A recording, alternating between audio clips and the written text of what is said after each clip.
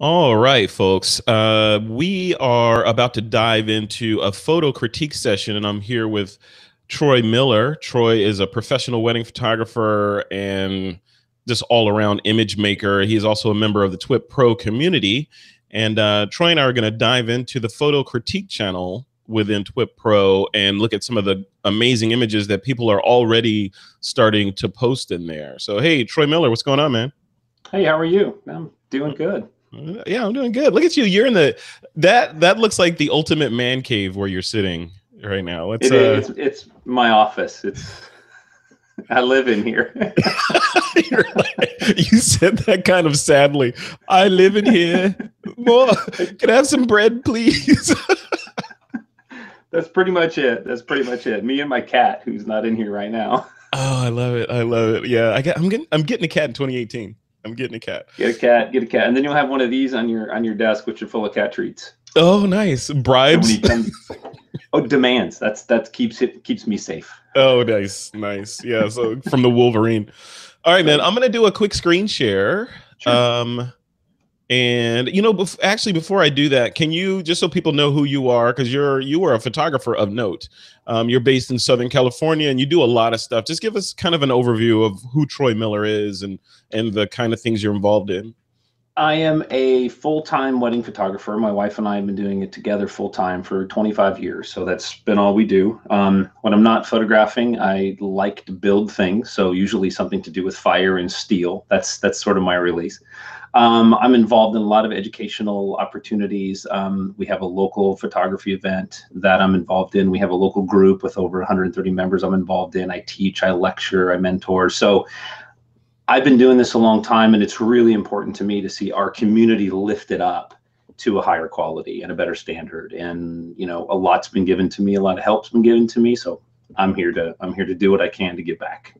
Awesome. Perfect. Thank you. And thank you for being here. I know this was Sure. This is an impromptu hangout. I was in the community and I saw you in there. I'm like, hey, Troy's live. Let me ask him to do let me ask him to do a critique. And boom, here we are in a hangout. Yeah. Of 2018 technology. So this is great. Yeah, I love it. I love it. All right, man. So I'm going to share my screen here. The TWiP Pro community here. Can you see that? Okay. I can. Yeah. All right, so here we are on the photo critique channel. So the first image I want to talk about, actually it's two images, and these are from member Craig Colvin, who posted these. Craig, I know Craig personally, and he does a lot of like nude and underwater artistic type photography. And in fact, he has a course in the TWiP school, but he posted these to get some comments on. So let's take a look. So here's the first one, and basically he posted two images. This is the first of two, and his question was, which one should he post at a WPPI photo competition, right? So here's the first one, and I'm gonna let you run with it. I'm not gonna give you any comments. You tell me what you think. This one of the two is my favorite because I love the pose. I love the feet. I love the body shape. I love her hands. I like to see the whole thing.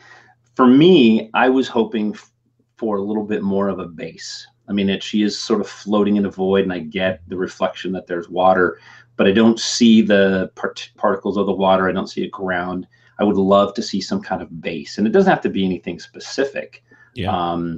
Like you want to see like a shark coming up from the bottom or something. No, it would be cool if it was just like right on the precipice of, like a little piece of coral, or maybe like, when you're in Hawaii and you're scuba diving and you got that infinite sand bottom, something to give context, not just floating in a void. But this one definitely is my favorite between the two, especially because of that body pose and stuff. Yeah, see, and that's where that's why critiques are good, because I like the other one better, and we'll get to that one in a second. And the reason I like the other one better is this one, it's supposed to be in water, and I'm looking at it and I'm not sure that she is actually in water aside from the reflection. The illusion of her perhaps not being in water is her hair is flowing down over her shoulders, like gravity's pulling it too much. And then also her feet, she looks like she's standing on something in this. So those things, that's true. Yeah, it breaks the illusion of she is suspended in liquid for me. And it's a beautiful image, but you know, I look at it, I'm like, well, this could have been a shot, and he just ran the ripple filter in Photoshop and reflected her above it to give the illusion of being underwater, when I know Craig actually shoots people underwater. Right. Right. And I know Craig as well, and I know this was underwater. I really, a lot of times when I look at images, I see the potential of the image, and I start with the things that I like the most. So for this one, you're absolutely right. I see a lot of the potential in this image going forward. But yeah, this is just cool stuff. And we're splitting hairs. We're splitting hairs for sure, right? Because it's a fantastic image. I don't want to be overly critical, obviously, because I probably couldn't do this shot. but as a viewer, you know, a consumer of this image, that's where my brain goes. Okay, so here's the other one in that series that he posted. So yeah, give me your thoughts on this one. So this one I really liked because her face was so much closer, and I could see the detail, and her hair was flowing a little bit more, and I really enjoyed that. But what really was a struggle for me was the appendage on her right side, which is her hand. It just sort of sticks out from her ribs, the lack of her feet. And her left hand has a weird cup effect to it. If she was more surrealistically floating, and I could see her feet, and you know, those kind of things, this would definitely be my favorite because of the face, the hair, the reflection, the bubbles. I see a little bit of bubbles. Yeah, but it's the pose that I struggle with. Yeah, I think the reason I gravitated towards this one, notwithstanding those other reasons that I put around the other one, was I feel like she is definitely underwater. Right. The fact that her feet and lower legs are obscured by her hand kind of makes me look closer and wonder if she's a mermaid, because I'm looking for, I literally looked at it and like, are those feet or is that a fin? I can't tell. I still can't tell. Right? I look at it. So it makes and it keeps me on the image longer. It just serves to keep me kind of engaged in the image for a couple more seconds, minutes, or whatever, trying to figure it out. I totally get what you're saying, that her left arm there, the one in the foreground, that pose is a little strange, you know. Yeah. But the right arm doesn't necessarily bother me that much. I see what you're saying. It's kind of growing out of her rib cage a little bit. But you know, my brain connects that that's an arm that's coming from a shoulder that's obscured by her chest area there. So but that's the reason I like this one more. The other one, let me go back to the other one if I can switch back. Yeah, so this one, like I said, it looks like she's standing on something. I don't know why. I just get that she's standing on something vibe, and it's not actually underwater. Yeah. See, that's what I like about that. I love that pose, I think. And I imagine this big. Like if you printed this like 40 or 60 inches, this is just going to be amazing. Yeah, that's true. Yeah, and this one also has, versus the other one, this one has the symmetry, right? This one is sort of asymmetrical, which is not a negative, right? It's just a compositional choice, but blown up big. That other one would have, you know, all the negative space in there. Right. Kind of draws you in. You're like, oh, okay, this is art. Just look at that. Yeah. And when you go to competition, depending on the judges and depending on whether it's a WPPI or a PPA sanctioned type of competition, there's certain guidelines that they'll look at, and symmetry and balance can often be really big players, and posing in hands and feet, those things are huge players, especially in PPA. Interesting. So if someone is they're looking to, I'm going to stop the screen share real quick. So if someone is looking to create images to win prizes with, right? They, you know, a lot of us just shoot for our own enjoyment, and we show it to friends and family, and we post it on Instagram or Facebook or something. And other people will shoot specifically to enter into competitions. For those people, what are some just top line guidelines that they should keep in mind if they're shooting for a judge versus, you know, your Uncle Bob? Oh man, that's probably a list of 100. Right? That is an entire segment right there. That's a series. We'll make that a show. Because there's two parts to the images that we create. There's images that we create for the love of it, and that you can look at and go, wow, that is amazing. But then when it goes in front of a judge is going to be really particular. photographer. They're going to look at things like the hand sticking out of the side, or a twig in the background, or a tilted horizon, or slightly overexposed highlights or underexposed shadows. So when you go into competition, you really have to understand that the judge doesn't know you, doesn't know you were standing there, didn't smell the ocean, didn't have a glass of wine before. Like, they just don't have that sense, and they're just going to look at it clinically and mostly take it apart. Hopefully that there's an emotional element and that there's a technical element that they can see. So in PPA, there's 12 elements of how they judge a print, and I can't recall all of them, but it has to do with impact and difficulty and, you know, the art and the style. So when you're creating an image for competition, you really want to put everything into it, try to impress that judge, look at all your technicals, perfectly square, hands the right way. And I'll tell you, WPPI and PPA are sort of on different extremes. I always tell people, you know, PPA is like the skier, right? Like the two skis and they're skiing down the road. And WPPI is like the snowboarder. Woo! They're crazy. They're, you know, because they're a little bit more open. Yeah. It's a difficult question to answer. But go back and look at all the rules, look at all the things: highlight, shadow, detail, focus, depth of field, all those things, hand poses. Wow. It all matters. It all matters. It's scary. All right, let's dive back in here. We got a couple more images to go through. I know I want to be respectful of your time. I know you got to jam pretty quickly. Here we go. Okay, so scrolling down, this one's from Christopher Berry, and this is a portrait. Pretty straightforward portrait, looks like. Maybe it could be a corporate portrait, or maybe like a cover girl type makeup image. What do you think? This first thing about this image is the eyes. The eyes really jumped out at me, and I have it open over here so that way I could see it a little bit bigger. I just love that. I love that look. I love how her shoulders are slightly turned. It looks like to me like her right shoulder slightly forward, so it's not totally flat. It's sharp. I love the smile, the open lips. That's wonderful. The thing where I struggled with on this was it looked like the skin had been over softened. And the way that's really easy to tell is when the eyes are super sharp right to the edge, and then the skin starts to get soft. And it's hard to tell looking at the image on Slack without having, you know, a full image in front of you. That was one of the things I struggle with. And then the highlight on the hair, I think that it's a little bit too bright and it's blowing out the top half of the image. That's easily fixed in Lightroom with a linear gradient and some contrast. But this is a gorgeous image, and we mentioned image competition earlier, and in image competition, we try to get merits, but this is what we would say would get you a green merit, meaning that your clients are going to love this. They'll pay you for this. You know, image competition, those are things they'll struggle with. Yeah.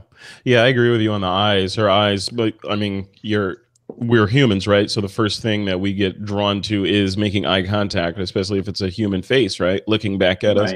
Yeah, I look at her eyes, and then I go down the nose and the mouth, and then, you know, the background and the hair. So I agree with everything you're saying. Yeah, this is definitely 100% saleable image, and beautiful model as well. So well done, Chris Berry. Yeah, very good. I love it. It's beautiful. All right, so moving on. Here's one from Steve Brazel, who was on the TWiP 501 just last night that we recorded. I don't know if he knows what he's doing with this concert photography thing, right? Yeah.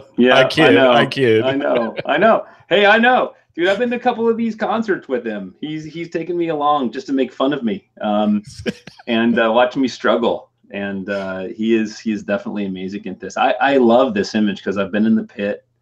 Not as many times as he has, but I've certainly been there, and I just love the storytelling, the people in the crowd wanting to touch him. He's playing to the crowd, which is so amazing when an artist does that. And then you have all the photographers in the pit behind him. You really get to see the whole story. And this is hard to do because it happens in a second. You know, and to get it in focus and timing, and all those other photographers are jealous. They're all like, oh man, how did he get there? Right. How did he get there? And I wonder, I mean, I'm looking at the other photographers and the crowd. The crowd is at least a couple feet lower than Steve. And there's photographers behind the artist there, which are clearly a couple feet lower. What is Steve doing? Is he just holding his hands up above his head as high as he can go and aiming down and spraying and praying? Or do you know? Maybe, but there's a lot of times there's a barrier right there. And on that barrier right in front of it, there's a little seat, which he's probably standing on. So Steve probably went over and stood up on that.